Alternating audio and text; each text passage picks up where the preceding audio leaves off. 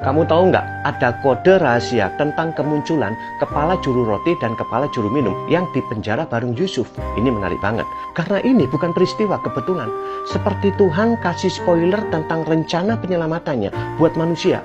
Si juru minuman urusannya sama anggur, dan si tukang roti sama roti. Ribuan tahun kemudian, Yesus pakai dua benda yang sama persis di perjamuan terakhir buat menjelaskan inti dari pesannya. Anggur itu darahnya dan roti itu tubuhnya.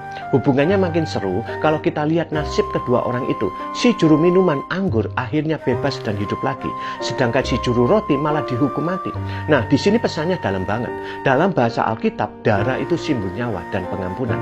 Makanya si juru minuman selamat. Tapi roti atau tubuh atau daging itu simbol sifat lama manusia yang egois, yang menurut Tuhan memang harus mati supaya kita bisa jadi orang baru. Jadi hidup kita diselamatkan bukan karena kita hebat, tapi karena ada darah yang menebus. Sementara sifat buruk kita harus ditinggalkan atau disalibkan. Ada satu detail yang sebenarnya sangat menentukan, yaitu kalimat "ingatlah aku". Yusuf mengatakannya supaya ia bisa keluar dari penjara.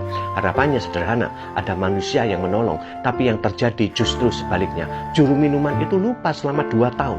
Ini mengungkapkan fakta bahwa manusia bisa lupa dan gagal menepati janji. Sekarang bandingkan dengan Yesus.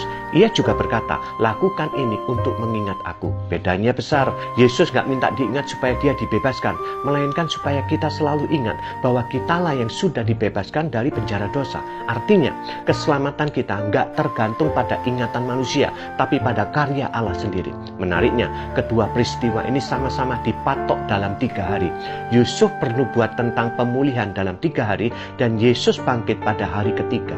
Kalau semua ini cuma kebetulan, kebetulannya terlalu rapi.